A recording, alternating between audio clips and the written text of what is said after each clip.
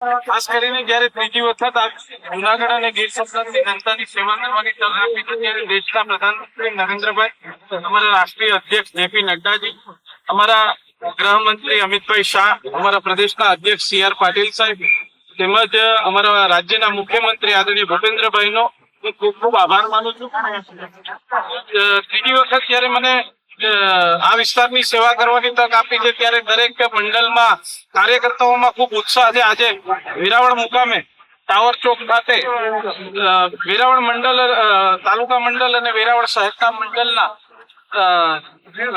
ભારતીય જનતા પાર્ટીના સૌ આગેવાનો દ્વારા અહીંયા આજે ભવ્ય સ્વાગત કરવામાં આવ્યું છે અને મને વિશ્વાસ છે કે અબકી બાર 400 કે પાર જુનાગઢ લોકસભા સીટ એ સૌથી વધારે મતોથી અમે જીતીશું એવો સંકલ્પ છે.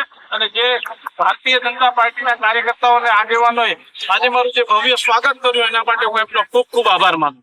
રાજેશભાઈ, આપના પ્રતિસ્પર્ધી તરીકે કોંગ્રેસ હજી ઉમેદવાર નક્કી નથી કરી શકી, તે બાબતે શું કહેશો?